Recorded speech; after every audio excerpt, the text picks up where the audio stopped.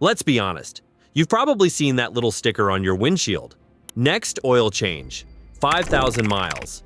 The dealership put it there, and they're hoping you'll follow it like gospel.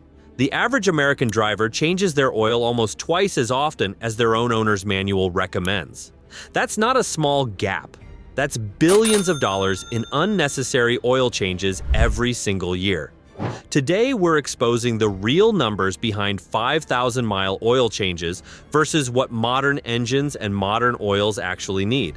By the end, you'll know exactly how often you should change your oil, and why that sticker has almost nothing to do with your engine's health. 12 years turning wrenches. I've cracked open engines that ran 3,000-mile changes and engines that went 10,000 between changes. Most of what you've been told about oil frequency is either 30 years outdated or built to make someone money. Section 1. The 3,000-mile myth and what changed. Back in the 1970s and 80s, engines ran on conventional mineral oil. No synthetics, no additive packages like we have today. Oil broke down fast, sludge built up quickly, and yes, 3,000 miles was genuinely a smart interval. But here's what changed. Basically everything about how oil works. Modern full synthetic oil is chemically engineered at the molecular level. It resists thermal breakdown up to 500 degrees Fahrenheit. It maintains film strength for 10,000 miles or more, with up to 40% less wear than conventional oil at the same interval. Additive packages today include detergents, dispersants, and anti-wear agents that were science fiction in 1985. Yet walk into any dealership today and they'll still slap a 5,000-mile sticker on your windshield without asking what oil you're using, without checking your manual. Why? Because an oil change is the most frequent service a customer will ever pay for. Get you in for $49, upsell you on a $400 brake flush while you wait. That's the business model. The oil change is the bait. Your engine is just the excuse. Now, there are two things the dealership sticker assumes you won't figure out. First, full synthetic versus conventional. Conventional oil starts dying at 3,000 miles. Full synthetic, still protecting past 10,000. You cannot treat synthetic like conventional oil. The intervals are fundamentally different. Second, modern additive packages. Today's API, SP, and ILSA CGF6 oils include detergent chemistry so powerful that running them at short intervals is literally wasting their capacity. Translation: these oils are over-engineered for 5,000 miles. Changing at 5,000 means throwing away perfectly functional chemistry your engine hasn't even used yet. Section 2. What your owner's manual actually says. Open the glove box. Pull out the manual. Most modern Toyotas recommend 10,000 miles or 12 months. Honda? 7,500 to 10,000 miles. Ford's Intelligent Oil Life Monitor on EcoBoost engines routinely lets you go past 10,000 miles. GM's Oil Life system pushes intervals to 7,500 or more. These aren't random numbers. They're the result of millions of dollars in durability testing. Automakers have every incentive to get this right. Warranty claims cost them real money. If 5,000-mile changes actually prevented engine failures, they'd tell you to do it.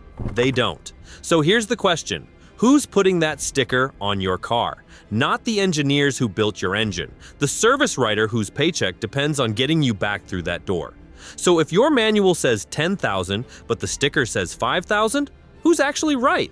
I paid a lab to find out. Section 3. What lab testing actually proves this isn't opinion? Blackstone Laboratories, the largest independent oil analysis lab in the country, has published data across hundreds of thousands of samples. Modern full synthetic at 7,500 miles still has adequate TBN, total base number, still holding viscosity.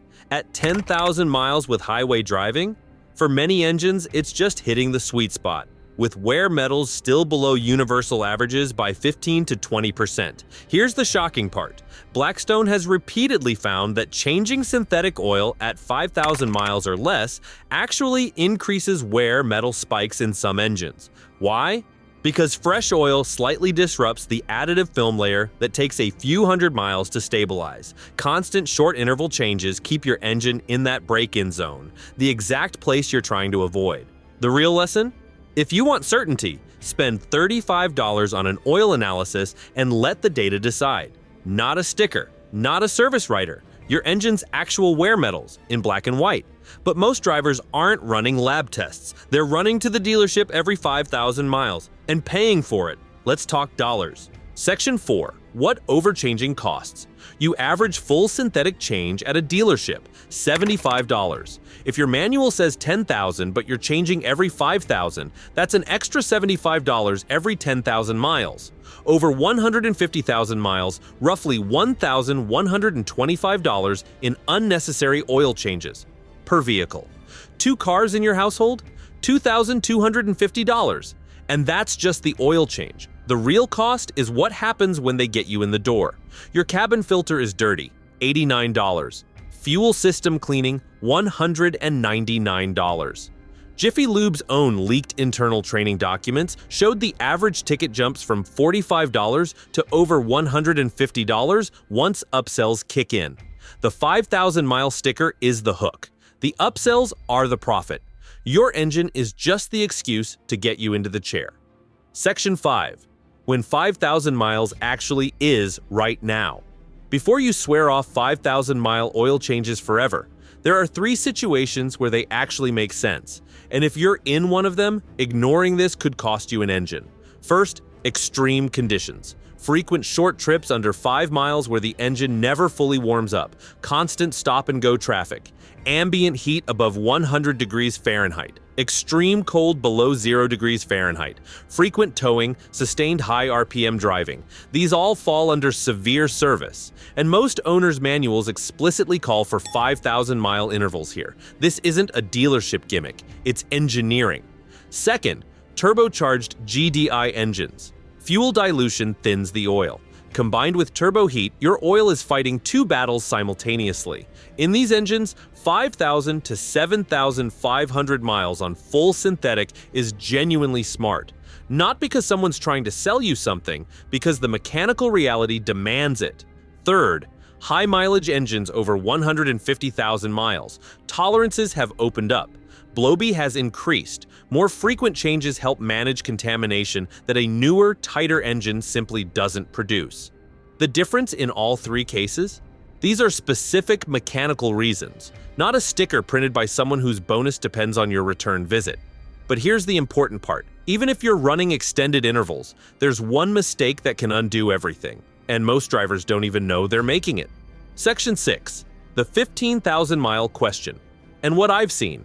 Some automakers, BMW, Mercedes, push intervals to 15,000 miles using condition-based monitoring. Unlike a mileage counter, these systems use actual oil quality sensors that measure conductivity and temperature in real time. The car's computer analyzes driving patterns and engine load to calculate oil life. Can synthetic actually last 15,000 miles? In the right conditions, highway driving, moderate climate, the data says yes. AmSoil Signature Series is rated for 25,000 miles or 1 year. Though at roughly $12 a quart, you're paying for that capability whether you use it or not. But here's the catch. Even if the oil handles it, the filter might not.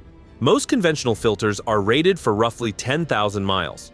Beyond that, filter media can saturate and bypass, sending unfiltered oil straight through your engine. Extended intervals demand an extended life filter. The 15,000-mile interval isn't a myth, but it's not a free pass either. Now forget lab reports for a moment. In 12 years of turning wrenches, I've opened engines from both extremes, and the visual difference tells a story no spreadsheet can capture. Toyota 2.5 liter, 120,000 miles.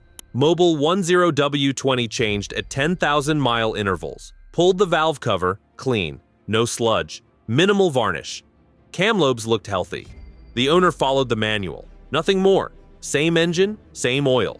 But the owner insisted on 5,000-mile changes. The internals? Nearly identical. No cleaner. No less wear.